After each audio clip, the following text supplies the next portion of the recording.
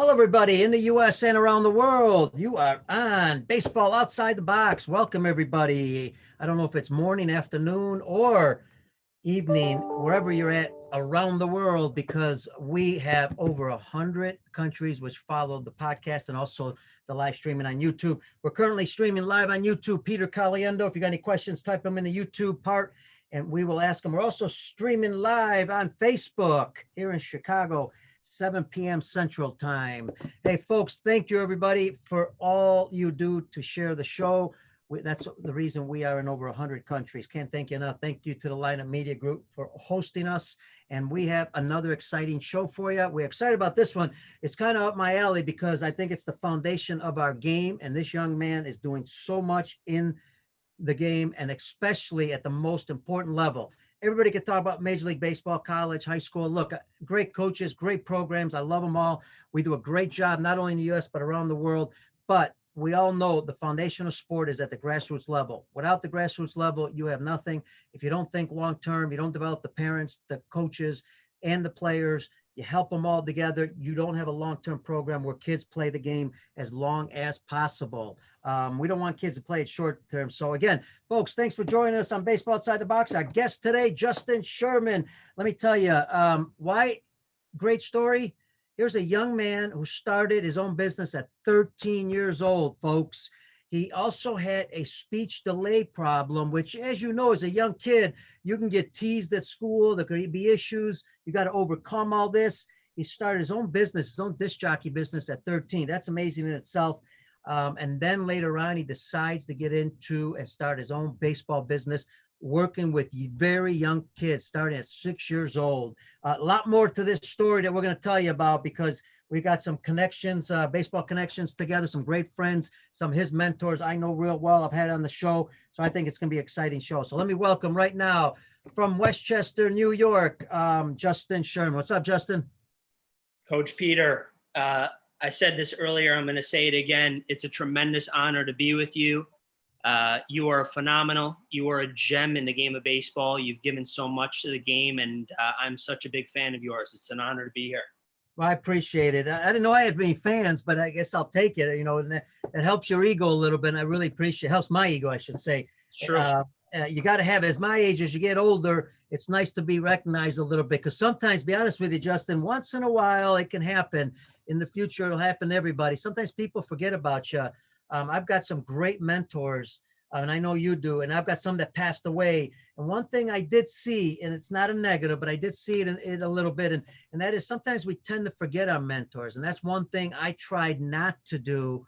You know, I had a mentor, 97 years old, always try to stay in touch with him, see how he's doing, went to see him, you know, when he was in a home. We can't forget the people that have helped us. So I think it'd be a great lead, and then we'll get into your story too, because I think it's a great story. Lead it into some of your mentors. Let's talk about them, some of the guys and gals that you learned from. So there's so many, and you've interviewed so many phenomenal, talented coaches. I mean, one of them, the obvious one to me, close to my heart, is Eric Holtz, the head baseball coach for the Israel Olympic baseball team. And he really is a big mentor of mine. I look at him like a relative. He's taught me so many lessons, not only just about baseball, but leadership, perseverance, as an entrepreneur, fellow entrepreneur. I mean, learning from him, you know, he's built an unbelievable reputation and company. So I know you had him. He's awesome. Coach Darren Gurney's fantastic. You know, I actually worked for him about 10 years ago. Can't believe it. Actually, maybe even more than that. But, you know, the game is somehow we're all connected one way or another. But those two definitely that you've had on your show are my mentors. Absolutely. Great. A little acknowledgement out there to Coach Gurney, Coach Eric. Hey, listen, the other thing, which I was going through your information, just stunned. And I think it's important to cover this part because, you know, as a young kid, you had a speech delay. So I want you to explain what speech delay is and how you overcame it. And did you go through some issues with it? Because a lot of young kids nowadays, you know, get teased, and not just, even when I was a kid, you know, some kids would get teased for certain reasons. So talk about that a little bit. So this was very early on in my life. I was 4 or 5 years old, and I basically couldn't really speak properly. I mean, words that I would say would not come out clearly. I mean, I barely could even really speak proper any diction at all. And it definitely, even later on, it's always been later on in my life, I've always had that kind of subconscious like chip on my shoulder, almost like a step. I always felt that one step behind. And again, as you could probably attest to it, that's an advantage a lot of the times. But it definitely was difficult, a lot of learning issues, IEP, we'll dive into that a little bit more, but the whole deal, learning issues, speech delay. But again, I feel like later on in my life now, it's definitely been an advantage. Well, and I'm going to ask you about that because I'm going to get into the business you started. But here's the other interesting aspect is, at 13 years old, I mean, you sound, not quite like Mark Cuban, because Mark Cuban started, I think, his entrepreneur business at 7 years old, 7 or 8, but pretty close. At 13, you decided to start a disc jockey service. Talk about that because, people are afraid, to start their own businesses at times. Here you are starting it at 13 years old. Talk about how you did that.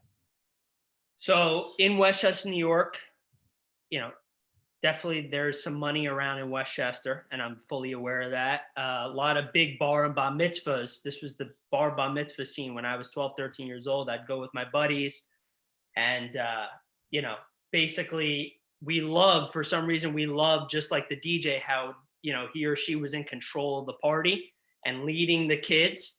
My buddy and I in his basement, one of my buddies in his basement, we would, play with a boombox and pretend to be the DJs. And we would throw parties for like the neighborhood. No money, nothing. But we were just like, you know what? We should do this. We should just like start our own business. So our first gig was a 5-year-old birthday party. Actually, ironically, one of the kid is now working for me as a baseball coach, who we did the 5-year-old birthday party. But long story short, we made like $50 between, 2-3 of us. And we were like jumping for joy. It was like the best money we ever made.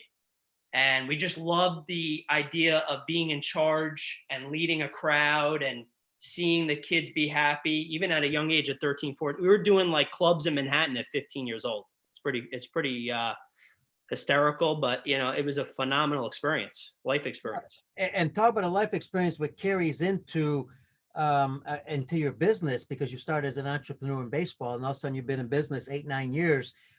But prior to that, you also went through another adversity, which I think can help a lot of young people. And that is you got cut in high school baseball. You didn't start playing, I believe, till varsity.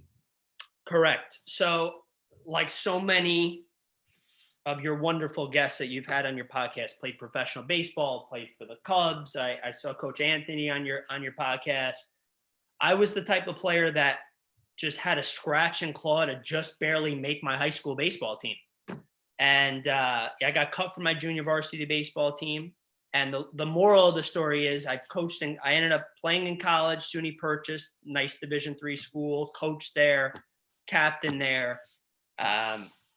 The idea of pursuing the potential, that's the moral of the story here. And I'm assuming we're going to dive into it more, but it did not come easy to me at all. I had a scratch and claw. But because of that scratching and clawing, and maybe because you got cut, because I can remember I got cut a few times. It made me a little bit more hungry. I wanted to learn more. I wanted to, personally me, I didn't have that much talent. In other words, I didn't run very fast. I didn't throw very hard even as an infielder.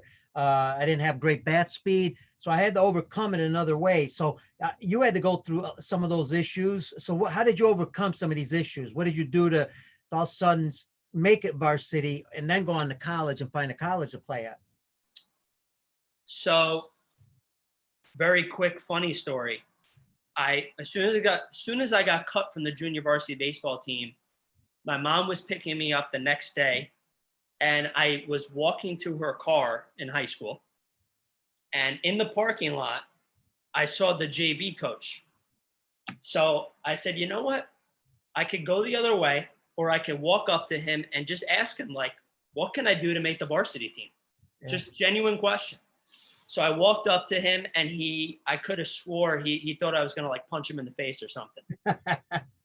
I said, Coach, just genuine question, thank you for the opportunity. What are things I could do to improve to make the varsity baseball team? And he told me hitting, pitching, whatever. The bottom line is I had to work harder. I did not deserve to make that team. So I just did more and ended up making it the varsity team. But the moral of the story is like, you got to do more. I just did more. And I think a lot of the times, especially in my business, in our business, the training business, obviously we have to learn the mechanics and have great coaches like yourself and wise wisdom. But how about just do more? How much more are you doing? So it was a great learning lesson. And also the fact that I went up to the coach. I mean, I think today, a lot of the times we have parents emailing coaches. How about the kid ask the coach, what can I do? That shows that you're out there and you're confident. I mean, obviously it's difficult to do at that age, but that's something that should be taught. I had to learn it the quick way because I was cut in high school and had to go through that. And it was interesting because, my parents were Italian and, they didn't know much about baseball and they certainly were not going to get involved in it. My dad would have been, was the type that if you didn't make it, like you said, then work harder, do something smarter, make it somehow, but don't complain about it. And certainly don't ask us to come help you talk to the coach. Now we'll help you if you want to train, but we're not going to help you talk to the coach. You got to do that on your own. I think that's great advice. But let's look at the skills. Okay. I didn't throw well. I didn't have much bat speed and I didn't run well. I'm not sure about your skills, but what did you do to overcome some of your skills? Because you had to have some skills that didn't stand out. So what did you do specifically to maybe change some things so the coach noticed it? It's a great question. So, there's a great team in Westchester, a great area called Mamaroneck. I don't know how familiar you are with Mamaroneck, and Coach Chaparelli, who's legend. And I see what I would see in the summer and in that spring. I would watch them in the summers and like even late spring, that all these players would do. They were state champions. It's just straight up hit all day, hit barrel ball, 200 balls a day.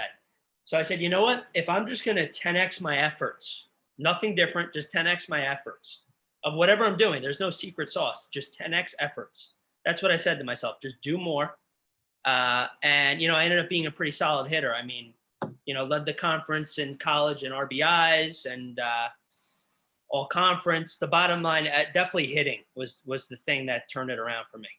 It's interesting because when you say 10X, it sounds like, I've been all over, as you know, the world, and I've been all over Latin America. Latin America, that's exactly what they do. Japan is exactly what they do. The Japanese, if you take 50 ground balls, they'll take 250 of them. If you're running, half an hour, they're running an hour and a half. I mean, they're just outdo everybody and everything.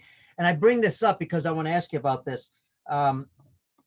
In the efforts of the things you worked on, now all of a sudden we can speed up that process a little bit, because back then we didn't have the technology we have now that we can kind of circumvent less, make less mistakes. I'm saying, and identify what we can do well and what we're not doing well. We can do that a lot quicker now.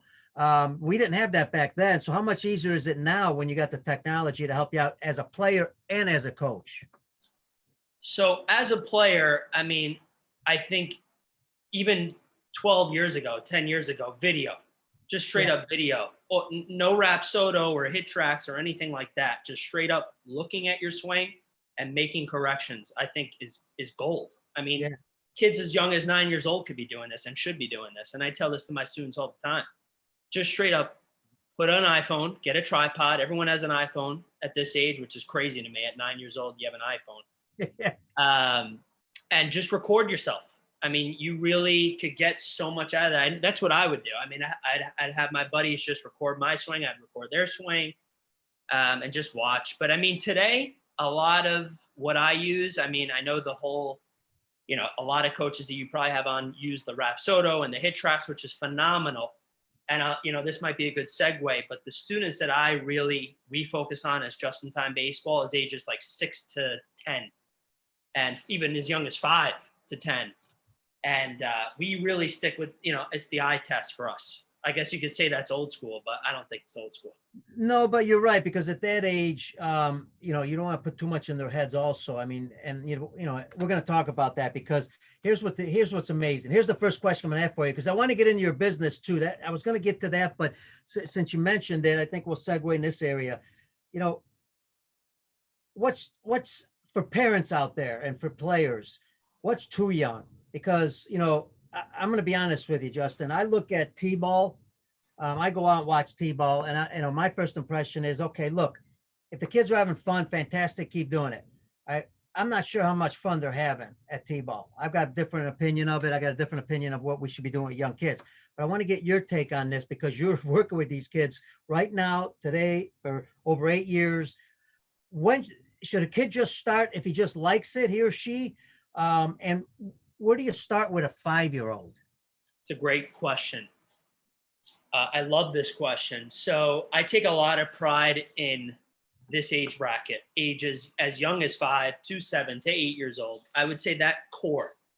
And it's my job, it's our job as coaches to make them just love being at the field and building their confidence. Now, these might sound like cliche statements, but it's just the truth. I think sometimes with obviously throwing and catching and hitting, obviously we have to cover all that. As far as catching, if we're talking about mechanics. Wait, hang on 1 second, Justin. Yeah. I'm just going to interrupt you. I apologize, but I did this for a reason, because you mentioned something, and I want to dive into that a little bit. Okay, we want to make sure that they want to be there, and we're going to do things to make sure that they want to be there. And I know a lot of people use the word fun, so I want to dive into, what does that mean? What do you do different than others that makes you successful and keeps these kids playing the game? What do you do to make it interesting for them, and why they want to come back? So 2 things I try to focus on when I'm talking to a parent coach at this age. I'm very fortunate to be speaking at a lot of these little leagues, at T-ball leagues all over Westchester, New York. And I say to them, I said, first and foremost, compete. Kids, even as young as 5, 6 years old, anything you do, whether it's picking up a ball, whether it's throwing a ball against a fence, or all trying to line up and throw a ball and hit a target, or whatever the drill is, doesn't matter. Make it a competition. That's number one. I do think we you know, and I'm sure, I think you may agree with me on this one, that we're so quick to give the participation trophy, which is 100% important, but it's good to teach your kids to compete. That Sure. doesn't mean be crazy about it, but you know, your kids should be competing. That's going to gauge interest and focus. They're competing amongst themselves, not necessarily against somebody else at that age. Correct. So to clarify, you know, partner ground ball activities. Yeah. You know, winning team gets baseball cards, and they can all get baseball cards. Kids love it. I'll give out the old packs of cards. They love it. But like just those types of things. And you reiterate, look, do I care about winning? And I say this to all my players at that age. I say, do I care about winning? No. I care about us having fun and competing. You know, that is something that you reiterate to the child. So if they do lose, who cares? And I say that, who cares? But I do think competing enforces focus. Competition within competition as young as 5 years old is very important, and it's healthy. It's not negative. Another thing is also, I think the devil that I see, and God bless all parent coaches, is the underbelly of youth baseball, but standing around. You know, I think that really makes kids hate it at that age. And it's not the game. The game, you and I could both agree, because we're both biased, it's the most beautiful sport in the world. It's a game within a game. So we have to keep the kids moving. So competition, keep them moving. Competition, keep them moving. Those are the 2 principles I really try to instill when I speak to parent coaches. All right, so let's start at that. Let's start with a 5 and 6 or even 7-year-old teaching hitting.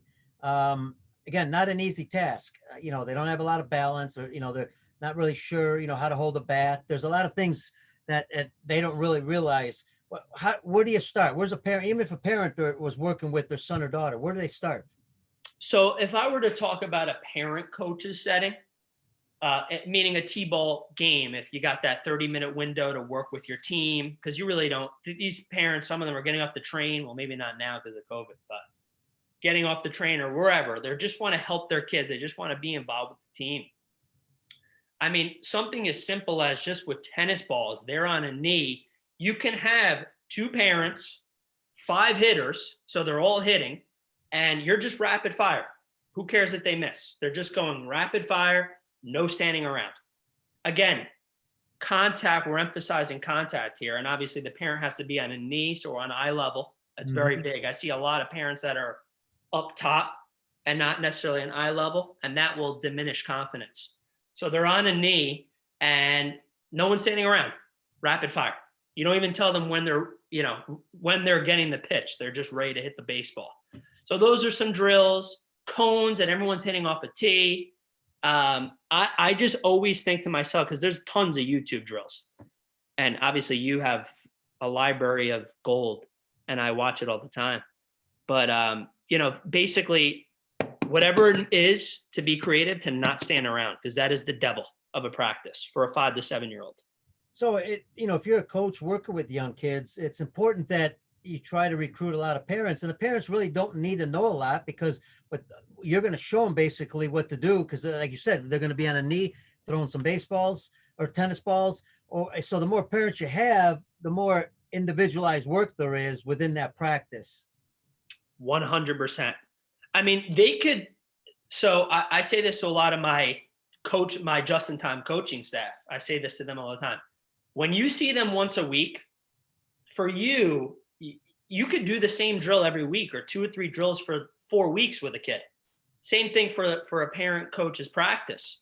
You could stick with 2 drills, and if they're not standing around and they're moving and they're accelerating and reaching their own potential, if little Johnny hasn't touched a ball and then in 3 weeks he starts touching a ball, that's phenomenal.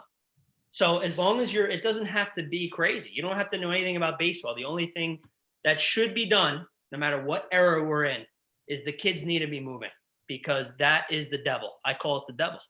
Yeah, and I'm going to go back to it. The key, you said it, and that is that individual player needs to get better individually. That's when they feel good about themselves. That just, if they didn't hit the ball, now they hit it on the ground. That's a great accomplishment, right? If they're hitting a lot of them in the ground and all of a sudden now they hit a line drive, that's an accomplishment. And that's another. So I love that. I love to hear that. And practice is tough because, you got a lot of 5, 6, 7-year-olds. You're hoping to recruit parents, obviously. You got to keep them interested. Like you said, you got to keep them moving. And one of the toughest things in practice, and I have coaches struggle with this, and rightfully so, because you can have, when you get to high school, these kids know how to play catch. You get the pro ball, they know how to play catch. Sure, you got to make them quicker and better at that level. But you and I have worked with the 5 and 6-year-olds. It's not catch. Sometimes it's throw and fetch. So we've got to reduce it somehow, because we got that fear factor involved in it too for young kids. So what do you do? Just, I know we're on video and on audio on YouTube and also on the podcast, but what do you do to kind of reduce that fear factor and help kids to understand how to catch a baseball? It's one thing throwing it. It's a lot tougher to catch it. So I believe sometimes, actually a lot of the times, a glove could be a distraction. I'm with you. I think from 5 to 7 years old, you take the glove off. I think you just focus on getting comfortable with a wiffle ball, with a tennis ball, even by themselves. I'll go to a parent. I'll tell parent coaches, go to Amazon, order poly spots or cones, and let them just focus on. And this is where you become the facilitator, and they're not standing around. You could do multiple self-catching patterns, I guess you could say, of just let them just throw the ball up and catch, and focus on catching the ball above their eyes. And you'd be amazed on literally doing that for 3 to 5 minutes. That does more than them having a catch. Love it. I agree with you 100%. The other part I want to ask you about, because I think, we've talked about this on the show, but it's always great to get different opinions and different things that you might do to help this. There's that, what they call, and I know they call it windows of trainability, and that is between, again, the ages of 6 to 12. That's where you've got to develop the skills. That's where you got to develop your hand-eye coordination, your quickness, or your movement patterns, how you move your feet and all that. So explain maybe a few things that you might do to get kids to use their feet more, because that's fun too. Kids love to run. They love to run. So if you incorporate some kind of drills with running, but skills in running. Is there something you do there to keep their movement going? Another great question. So again, I'll go back to the same drill, and you can have multiple variations. Again, the key here is they're working on catching. The balls aren't going all over the place. They're spread out. And you could just say, and this could be part of the sequencing of catching. Okay, everyone, we're now going to run and catch. Okay, so I know we're talking throwing, but No, we'll love it. Going back to the catching, I mean, add in a clap. I mean, and I tell this to my staff, we think it's like no brainer, like, yeah, clap catch. But we're in charge of their development, and they don't do that. They don't do this at home. No. So teach them clap catch, spatial awareness, moving while catching. I mean, this is gold for development. And that's why I say we're a youth development company through baseball. I mean, we're instituting almost physical education principles through baseball. Yeah, I love it. And I'm even thinking you can go sideways catching, backwards catching, running. Yeah. I mean, and then think about it, how much fun that is for kids, right? Because they're doing it by themselves. I'm doing it as a group, but they're doing it individually, and they're learning. One thing I did throw in there, I always told kids, if you could catch 4 or 5 of them in a row, I always ask them the question, is it too easy for you? And if they're going to tell you, yeah, it's easy because you just caught 5 in a row, right? Well, then what are you going to do? I always ask them, what are you going to do about it? How can you get better? And their kids are smart. They'll say, well, I'll throw it higher. Well, go ahead, throw it higher so you miss it, right? I mean, at least if you don't throw it any higher, you're never going to know what depth you could catch it at, right? So that you can incorporate, like you said, so many different things out of this. 100%. There's so many variations. Excuse me. And I love it because we think they need to start having a catch at 6 years old. It's good to have a catch. And you'll do that in the backyard with a parent or a relative or whatever, and you'll progress to that. But I think it's more beneficial for an individual. You can have 12 kids on their own and just do multiple variations of this drill and then progress to the catch. You can even do it with throwing. I mean, I do a game where you have a ball and a ball and a tee. I mean, this is something that's not new. Again, anything that I'm saying is stuff that has been done and we all take from each other. But the key here is they're not standing around and they're getting their work in. That is the biggest thing from ages 5 to 8 years old. I tell that to all my guys. Yeah, I'm envisioning when you said that, I'm envisioning, you could put in 8 cones, every kid. Or 1 ball on a tee, or, right. I even do where it's 2 tees and you have a team of 5, whoever knocks. If you knocked off the ball, your team, the Mets get a point, the Yankees get a point. They knock their ball off the tee. They're working on the step, the flex. Cue words are obviously key. I'm all about the cues. And before we I want to ask about throwing with folks. Do me a favor, go to justintimebaseball.com. Check it out. Everything's on the website there, and also how to get a hold of Justin. Throwing is critical, obviously, but when you're real young, where do you start with that? I mean, just some basic ideas, some basic drills, maybe. How do you start the young kids in the understanding how to throw correctly? Totally. So again, I think sometimes the ball could be a distraction. Mm-hmm. So if I'm first starting with a 5-year-old student in our program, let's just work on the cues. So I'll say, when we're throwing a punch in karate or football, obviously the kids can relate, or shooting a bow and arrow, you have to separate. So I call it a flex. So I say step, flex, and then what do you do when you get in the car with mommy? You buckle your seatbelt because you got to finish. So I'll never say, all right, step, throw. You gotta make it easy and understandable, which I know you understand that better than anybody. But just fun cue words to keep it interesting, and they'll understand. Oh, what do you do? Check for understanding. What is this called? Step, flex, buckle the seatbelt. Why do we buckle the seatbelt? Those are cues that I teach right away. And then I'll put the ball in their hands. So I do it without a ball. Progressions are key. Without a ball, put the ball in their hands. And then I'll just straight up put a ball on a ball on a tee, and we work on that nonstop. Maybe 3 weeks straight in our programs. That's a big deal because unfortunately for 5, 6, 7-year-olds, and folks, we're talking to Justin Sherman, we're talking about, he owns Just in Time Baseball in Westchester, New York. You got to understand, he's working with kids 5 to 9 years old, basically 8 years old. You want to be a better coach. I could tell you from experience, because I started at Mickey Owen Baseball School with our youngest kids there, not quite 5, but right around 7, 8, 9. And, you are a much better teacher working with young kids, because it becomes much easier to teach your older guys and gals when you've worked with this age group. And I bring it up because here we are, the baseball, everybody says, oh, it should be easy to throw a baseball. Well, a 5-year-old throwing a baseball is like you and I throwing what we call a 12-inch softball here in Chicago, the bigger ball. So they're throwing a big ball, which Right. their hand can't grip it well. So what's the key there when they grip the ball? What is that especially that age group, at least so they can hold it?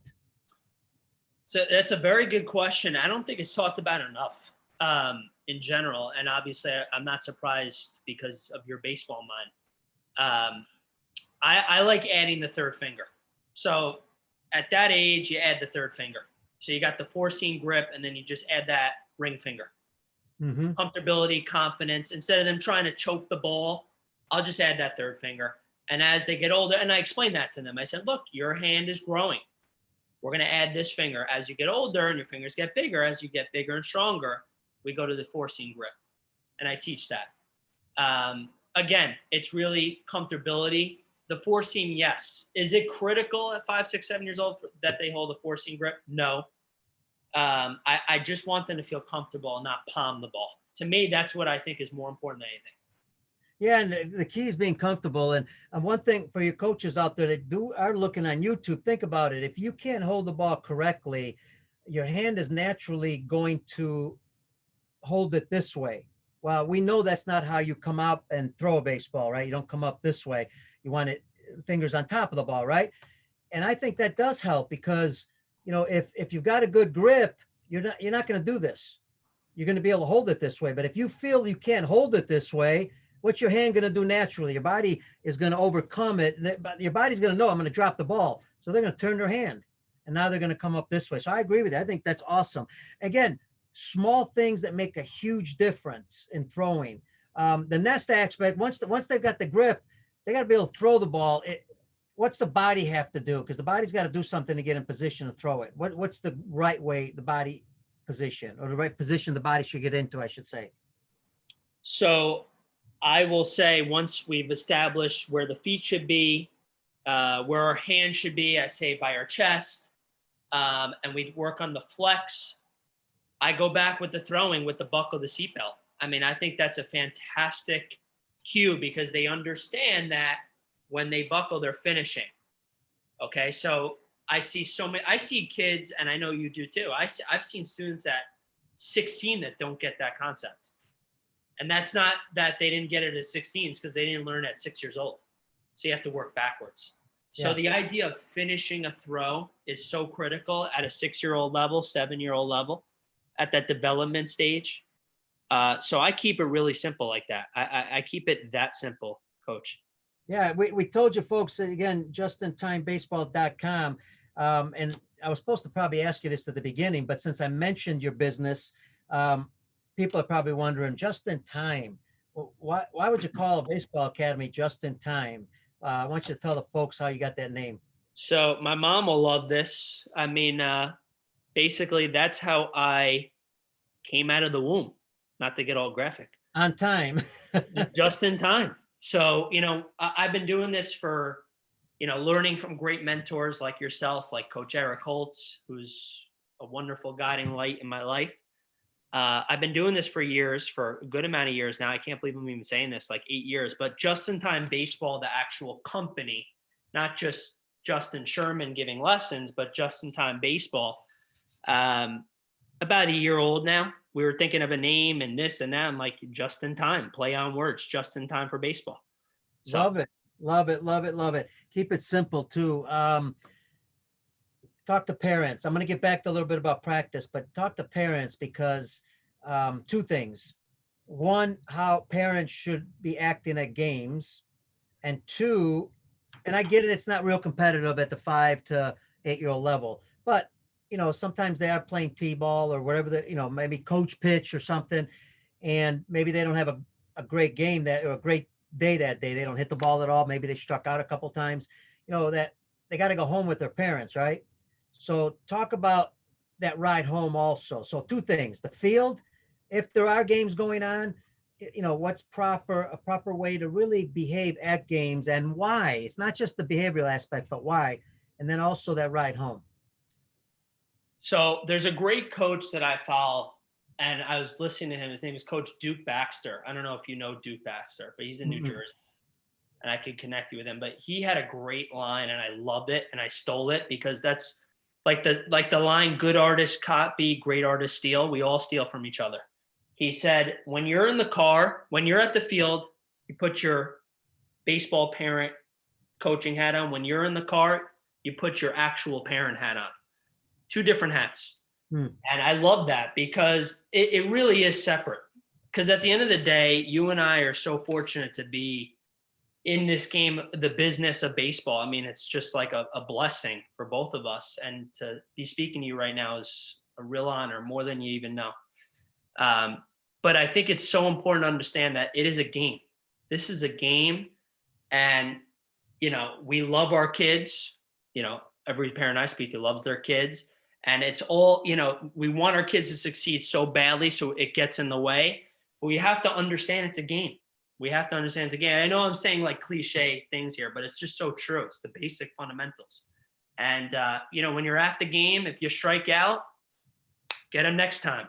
When you hit a home run, excellent job, love you, hug you, great job, move on to the next one.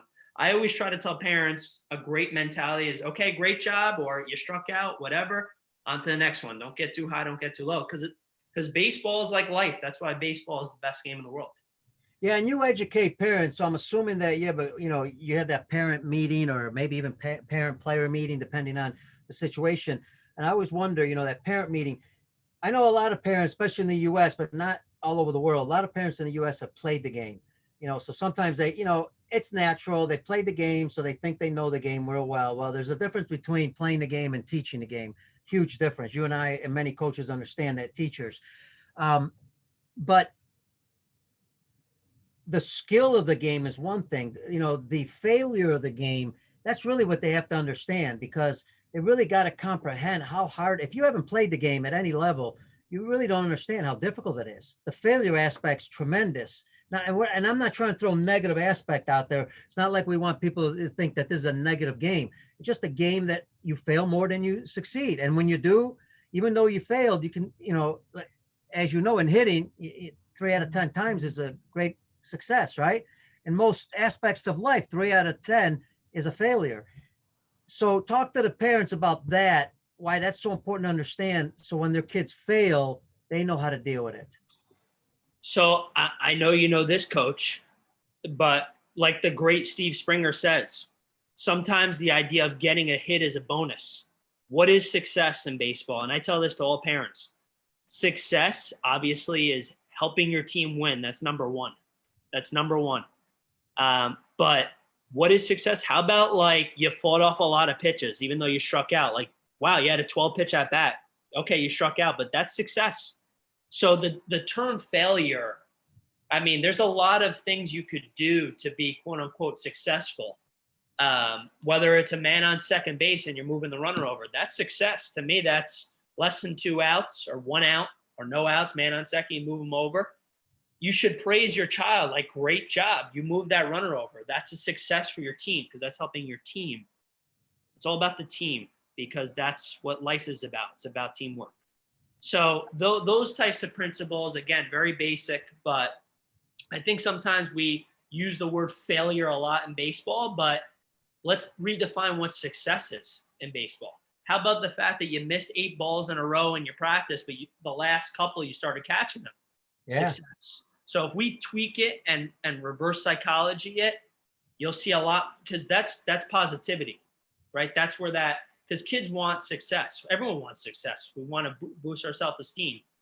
I think that's a big thing. And I tell that to parent coaches, don't worry about the idea of getting a hit. How about like get a good pitch and hit it hard? That's success. You get a hit, that's a bonus. Great stuff. And I love it. I just put an X right through failure. So let's just throw failure right out the window. Let's not even use that word. And let's look at, like you said, all the positives. And I think we do forget a lot of positives because there's so many great things kids can do in a game, right? I mean, fielding, throwing, bunting, hitting, running, taking an extra base. I mean, there's so many things you can do, blocking a ball, not letting an extra run. I mean, there's so much. And you're right. We got to look at how the things that they do really well. The other aspect of all this is parents can actually, what do you tell parents? Because they can actually help their sons and daughters because of the fact that maybe some teams only practice once a week, maybe two. Well, that may not be enough. So what can parents do, to help their kids a little bit? So, like I said earlier, if you just do one or two drills, if you know one or two drills and you have a good comfortability about it, and you're with your son or daughter in the backyard and you could perfect that once or twice a week or whatever it is on your own, that's success. It doesn't have to be, it will not be, the fancy drills that's going to accelerate you. It's going to be the frequency. So if you could do the one or two great positive drills that are leading towards their own potential, that's the victory. That's the victory. And I also think it's important to see, and again, I'm giving myself a plug here. On March 1st, I'm actually doing a parent coaches clinic, and we're going to talk about all this. It's going to be a virtual event. Should be pretty cool. But, these are the things I'm going to talk about. But, it doesn't have to be, I'm going to use the word sexy. It should just be one or two or three things, do it really well. Look at a guy like Derek Jeter, right? There's nothing fancy about him. He just does the great be perfect at the basics. I think it was Vincent Lombardi. He was brilliant at the basics. Yeah. Be brilliant at the basics. So it could be two or three drills to answer your question. I know I just gave you a long answer, but one or two or three drills with all the knowledge with all the technology and great mentors and coaches like yourself that has hundreds of drills. I have, we all have stuff going on, but bottom line is pick one or two of those and perfect it. And then enforce that for your kid. I mean, it's got to be on their own too. It's got to be, you can't just wait for your parents to get off the train or whatever, but self-facilitating, help your child with just one or two drills and perfect them for those, 3-4 days. And it could be 5 minutes a day. Yeah. Minimum. And it doesn't have to be an hour a day. You're right. And you mentioned it earlier, you said 10 times you did it. If a parent just rolled ground balls for 10 minutes every day or 5 minutes a day, amazing. You're going to get better just by doing that. And the other part you brought up, I think, is critical. And I want coaches and players and parents to understand this in the US and around the world. Don't forget the fundamentals. Stay with the fundamentals because that makes you successful. Yes, you want to do other things. I get it. But you got time for that. If you're real good at the fundamentals, you will succeed at this game. The Japanese have proven that. They stick to the basics and they do an incredible job. Hey, listen, the other part, when we talk about practice, I'm going to bounce back to practice a little bit. Some of the fundamentals of running a practice, you mentioned it, fun. But when someone says fun, you always like to hear how you have fun. And you mentioned that, but mention some other things that are important because how long you practice for. We were talking about 5 to 8 year olds again, how long you practice for. What skills do you cover? What areas do you emphasize as far as how long you take in a particular time? If you're taking ground balls, how long do you do it for? Because again, these are young kids. Kind of go over an overview of that. Yeah, totally. I love this topic. So I heard again, going back to just learning from great mentors. It really was successful. And it's a rule of thumb that I learned from two coaches that really made an impact on me. The age of the student is the amount of time you spend on that drill. So if they're 6 years old, 6 minute stations. I don't care if it's 5-6 minute stations. I don't care if it's them throwing a ball up and just clock catching with no glove or different, throwing and catching movement patterns. You can have, as a facilitator, you'd be surprised, and not you, but in general, what a 6-year-old could do on their own. And you become the facilitator. Let's say you're by yourself with 12 kids. You can have 4 stations of 3 kids and you're walking around and they're doing their own thing for 6 minutes. If you give them 2 or 3 drills or 4 drills, whether it could just be as simple as throwing a ball, hitting a target against a fence. So they're all working on throwing. One station's working on throwing a ball against the wall and doing the alligator mouth and gaining ground. Age of the student, the duration of the drill. So the less standing around, the better. That's my rule of thumb. Again, it's not even about the drill. It's a matter of they're not standing around and they're rotating. So for example, if you were to do a 30-minute, let's just say after the stretching and the talking, you do 30 minutes straight and there's 12 kids, you have 4 stations, 6 minutes, whatever the time is. And they're just moving. They have 4 different activities going at the same time. As opposed to, because I'll tell you, when I come into a parent coach or I see it when one of my staff goes to a practice, you have 10 kids on a line, one parent with the tie half undone, hitting fly balls, and the other parents yelling at the kids for kicking dirt when it's really their fault because they're bored. I don't blame them. I'd be doing the same thing. So why not have 6 stations of 2 kids or whatever you want to do to keep the kids moving, and the age is the duration of the drill. Yeah, and when you got kids doing things on their own, people say, "Oh, he's only 6 years old." Well, yeah, but he does things all the time at home. He's doing he's running, he's doing something. So now they're rolling balls back and forth to each other. That's a lot more fun than some coach trying to hit a ball or even roll a ball when they can do it themselves. I love that stuff. I think it helps a lot. Here's the other area. Key word, you said it. I want to really dive on this one. Talking. I think we do too much of it. Explain how you do it and how long you do it and why you do it that way. So I'm still struggling with that, as you can probably tell already. I love to talk, but while being speech delayed growing up. But no, I think it's more of a student, because they're all students. There are students. It should be really the most successful coaches I've seen. It's really student centered. It's amazing what kids could do on their own. When you give a 30-second demo, you become the facilitator walking around stations. A 6-year-old could do a lot if you teach it properly.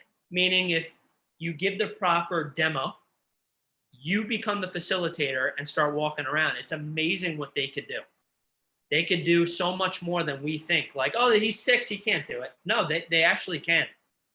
Obviously that goes back to the assessment portion. And even as a parent coach, you can assess. And there's different tools to assess. There's different tools. But the answer to that is give the drill, give the station, be the facilitator, and then you as the parent coach can make that assessment based off the student's needs. Another key word, demo, and I want you to hit on that too, because when you demo something, kids see it visually. So explain how that works. How would you demo something?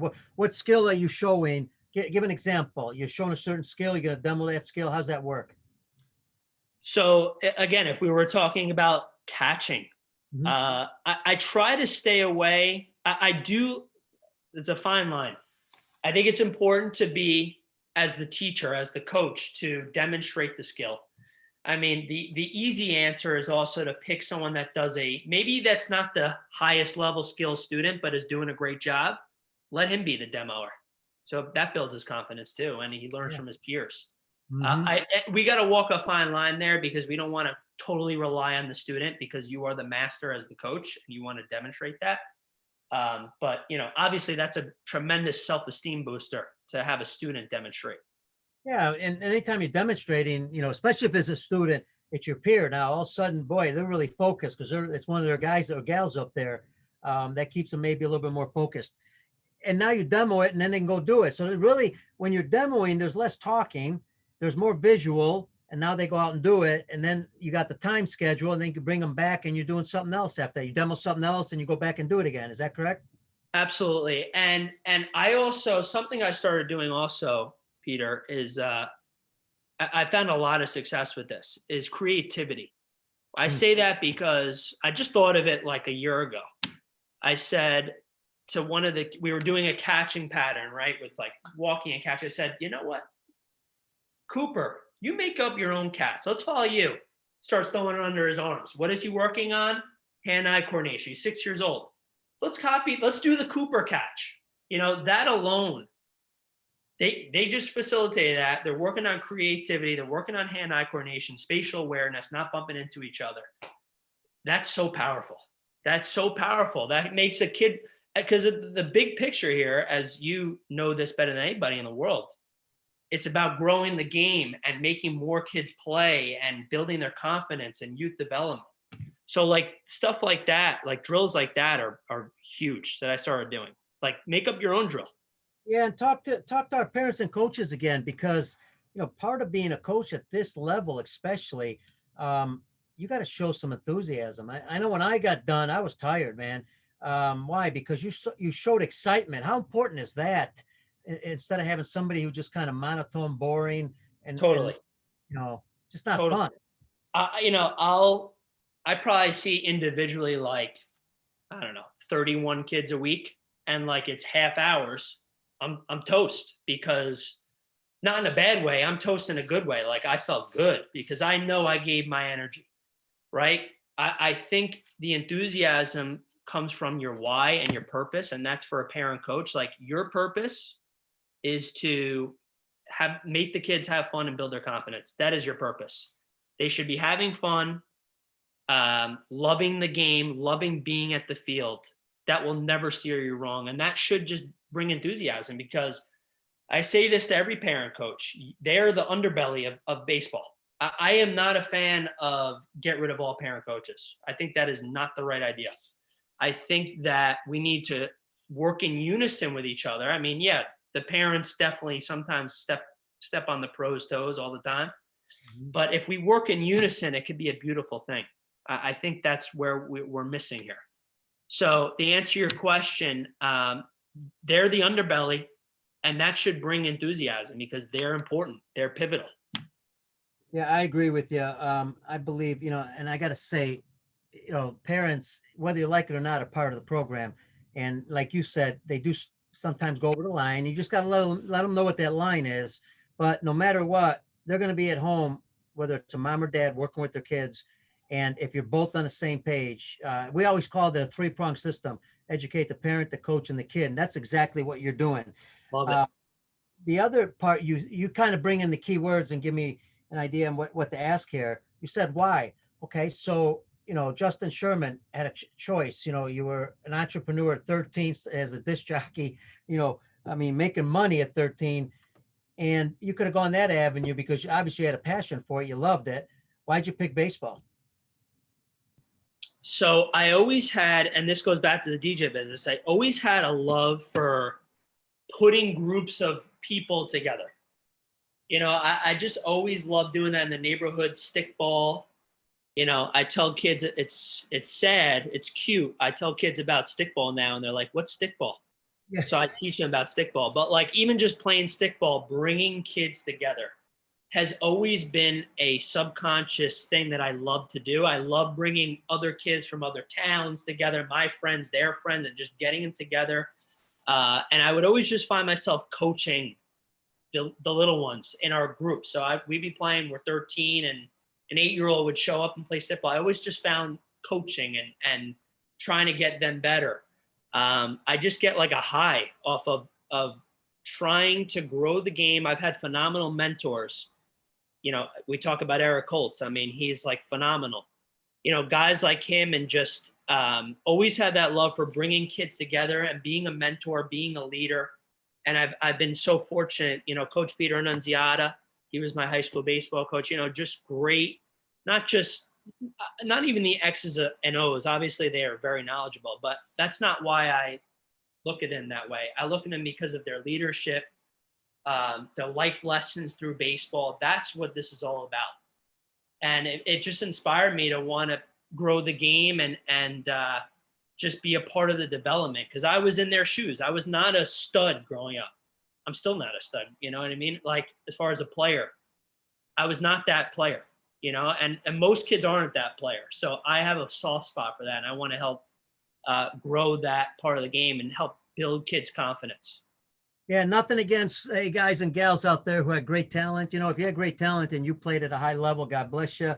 But I do see a trend of coaches who have played at a lower level, maybe didn't start all the time. They had to study the game more. They had to figure out how to get better. They became better coaches because of that. I really like that. I think that sometimes going through those adversities really helps.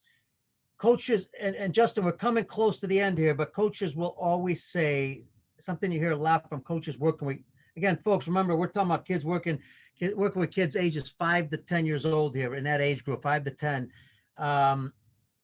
They'll say, I can't keep their attention. Now, you already talked about several things, and it's okay if you repeat it, but you already talked about several things, how to make it fun and all that.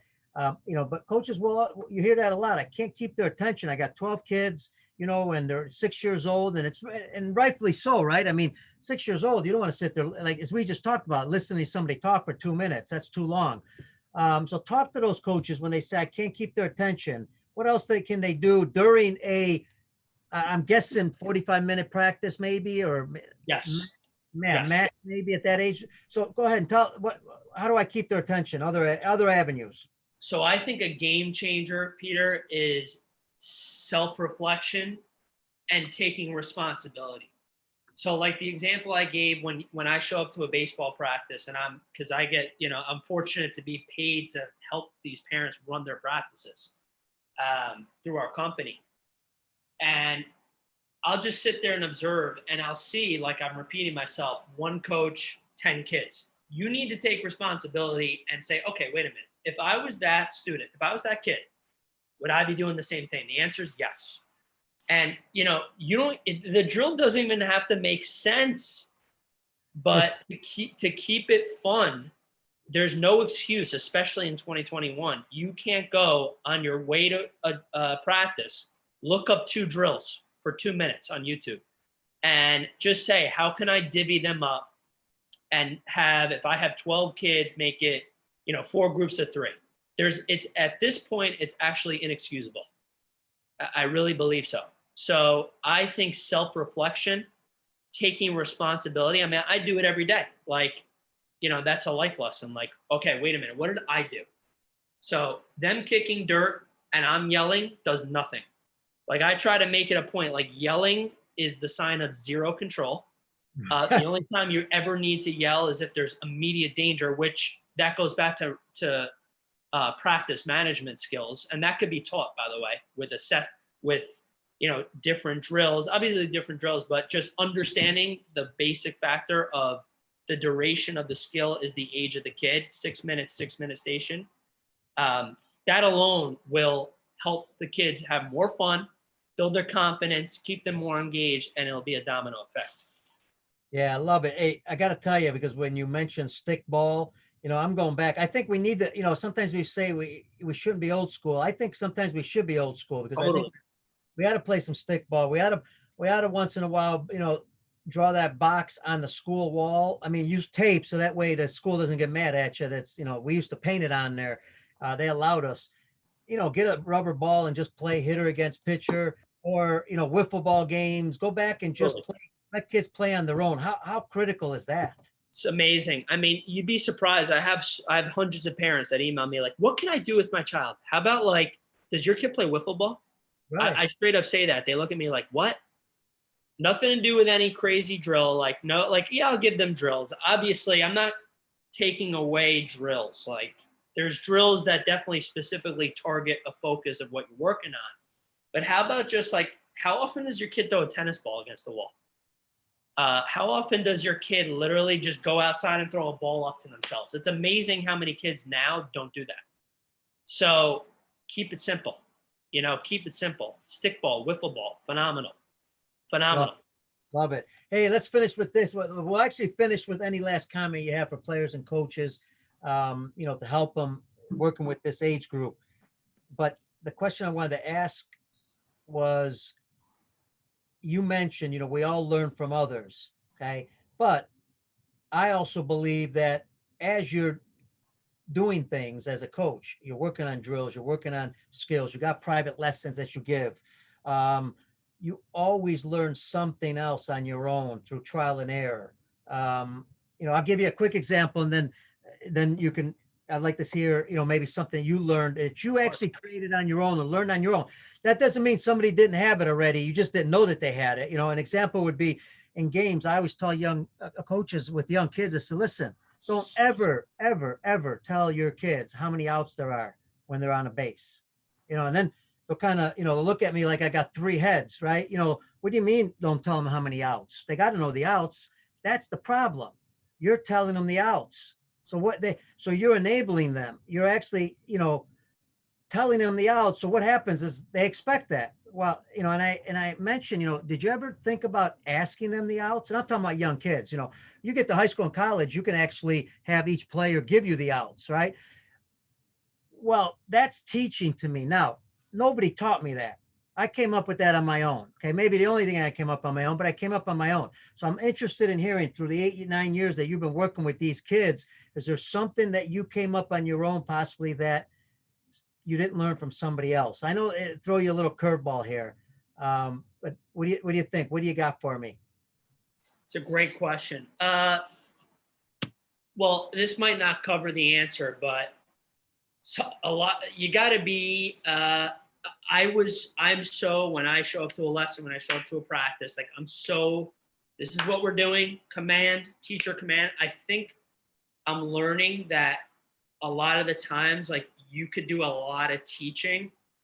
I noticed like I've gotten a lot of success and more flow in a lesson in a practice when I'm saying less. So I don't know if that answers the question. That's off the top of my head.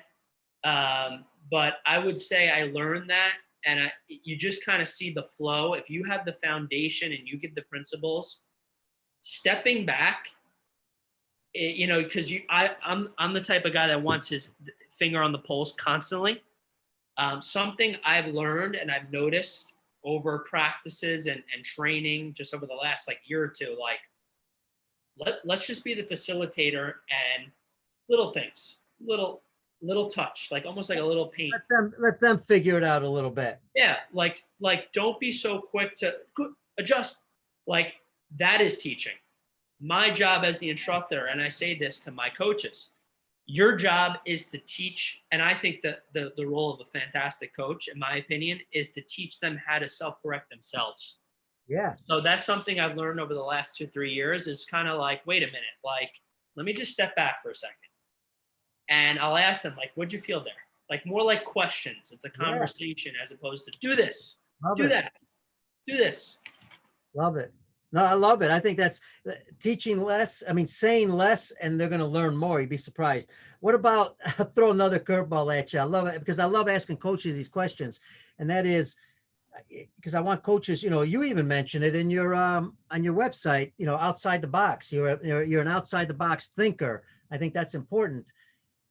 So you might have learned a drill from somebody, whether it's a hitting drill or some type of drill, but did you ever take that drill and magnify it, change it, modify it for what you felt was going to help that particular player? Because that's what I'm interested in. Is there a drill you've changed and you made it better, more competitive, or something like that?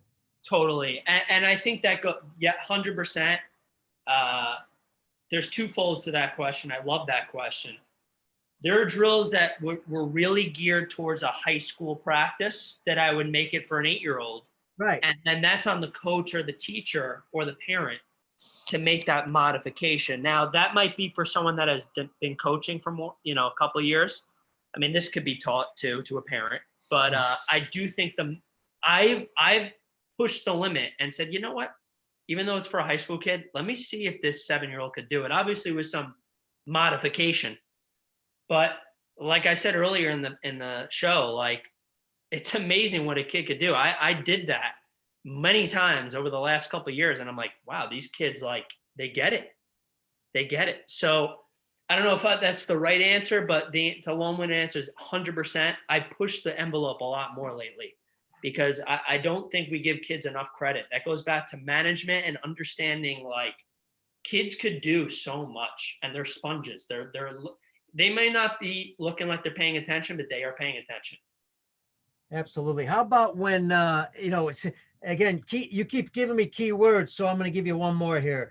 When we're talking about, because, you're going to have to talk to kids, obviously, whether it's 15 seconds, 30 seconds, whatever it is, you got to mention something, right? It could be before practice, during practice. Talk to our parents and coaches about this. You got a lot of times kids that you got 12 of them, you're saying something, one of them's looking over there, right? And first impression, he's not paying attention. Excuse me, let me back up. He's not listening, because, he could be listening, understanding every word, that you're saying, but he maybe wasn't taught to look at you when you're talking. Not all kids have been taught that at early age. 100%.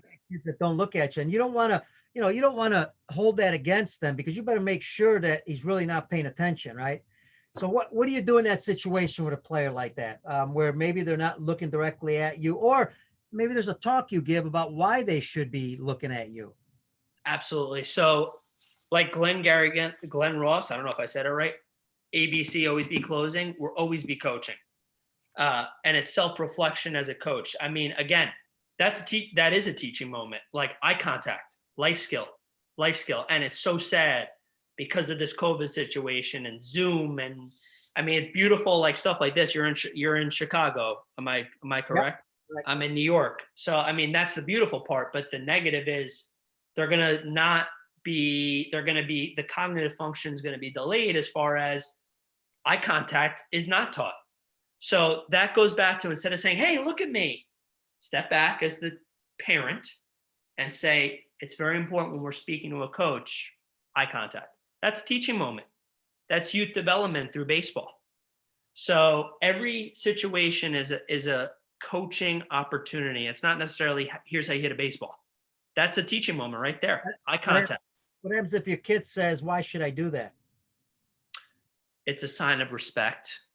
It's a sign of respect. And you could say, when an individual sees that you're not making eye contact, it's a sign of not respect. And I know you respect me. So it's just a sign of respect. So, little things like that, ABC, always be closing, always be coaching. That's a coaching moment. And also, you go to self-reflection, a little thing that I've noticed, when I'm on a field and there's soccer games going on, maybe it's so powerful. Instead of having them facing the soccer game, you turn the other way and they're looking at you, their backs to the soccer game. Little things like that are management skills and help mitigate any behavioral problems. I mean, obviously nothing's perfect, but it mitigates the blow. Hey, let me give a shout out. And I love that, because I think we're talking about teaching life skills. And that's what they say all the time, right? Baseball, you're teaching life skills. You're teaching the game of baseball. Let me give a shout out to my good Italian buddy, Michael Carlucci. He is the host of The Bottom Line. Check it out on YouTube. He's also on Facebook. Carlucci loves my jacket. So thank you. Italians know how to wear nice jackets. So thank you, Mr. Carlucci. And I'll talk to you soon.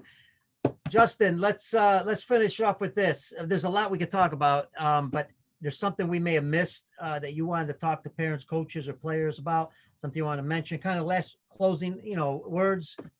No, absolutely. So, again, I really, truly say this with all sincerity. Like, I'm such a big fan of yours. I watch tons of your podcast videos. I watch them all the time. Even if I'm just in the car, I go on YouTube, listen, I'd share with my baseball buddy. So, I really appreciate you having me. All I could say is keep it simple, keep it fun, keep them moving. You are the underbelly of youth baseball, meaning parents, baseball, softball. And, it's all about the kids. It's all about the kids. And it's a beautiful game. I will give a plug. On Monday, March 1st, we're giving a coaches clinic. I would love for any parent to join us. You could just go on my website. I have parents from all over the country joining. I'd love to have you there. And it's going to be Monday, March 1st at 6:15 Eastern time. And I will be covering it, because ultimately I just want to help as many parents as possible, because that's going to help the kids, which in turn will help grow the game, because I have a love affair like you do with the game. So anything to help the game. Yeah, you got to give that plug, because it's so important. And we're going to put it on our show notes. We'll put it on our Facebook, all over social media. We'll try to get more people there. I can't agree more about the volunteers. That's why I want to give a shout out to volunteers. We'll close it on this. the volunteers and those are moms and dads that are coaching the game. Those are volunteers. They are, and I wish people understand this. They are the largest baseball coaches group. I can't say organization because they're not organized like high school, college coaches are, pros. But if you take and add up all the high school, college coaches and pro coaches in the world, it doesn't even come close to all the volunteers in the game of baseball around the world. 100%. That gives you an idea the strength of where the foundation of the sport is and exactly what you're talking about. We keep educating those parents, keep doing what you're doing, Justin. I think you're doing a great job, and I think it's so important. We need more coaches like that to help our parents and coaches. So and I know my buddies that are on, like Michael Carlucci, they're going to think that maybe I traded some time for you coming on. You got to give me some good plugs. But that was great. That was very nice. What you said. I think that was fantastic. I really appreciate it. Keep doing what you're doing, and we'll talk to you soon, man. Thank you for having me. It's really an honor, and what a pleasure. What a pleasure. All right, folks, that is Justin Sherman of Just in Time Baseball. Go to his website, justintimebaseball.com. We didn't just talk baseball. We talked about how he persevered, talking about a speech delay when he was younger, but then he started his own business at 13. What a great story. Now runs his own business, helping parents, coaches, and players at the younger levels, the foundation of our sport. So again, go to justintimebaseball.com. Special thank you to Justin. Special thanks to Brian Crock, our producer with the Lineup Media Group. And of course, special thanks to all our listeners in the U.S. and around the world. Don't forget, just do us one favor. It's all we ask. The shows are free. We got over 200 of them. Go to the podcast audio, baseballoutsidethebox.com, and hit subscribe. Also go to YouTube, Peter Caliendo, subscribe. That just helps us get the show, helps us keep the show going, to be honest with you. And I want to thank everybody that sends me emails, because I'm going to be honest with you, as we're on the air here, even live on Facebook, this is not easy to do because it takes a lot of time. And there have been times, trust me, that I have said, why am I doing this? And look, I learn, because I learn every time I have a guest on. That's the main reason I do the show. The second reason that I think I'm helping spread some great stuff in the U.S. and around the world to educate coaches, players, and parents. But there are times where I sit back saying, man, why am I doing this? You know why I do it? Every time I get that email that somebody says to me, man, we really like your show. They take the extra time just to send that message in a busy day. That's what keeps me going. So thanks for all those messages that everybody's sending. And Justin, thanks for your message, because, I kid you a little bit about, saying that, but it means a lot. And it really keeps me going in what I'm doing. So folks, again, stay safe, stay healthy. God bless you. And we'll see you on the next show.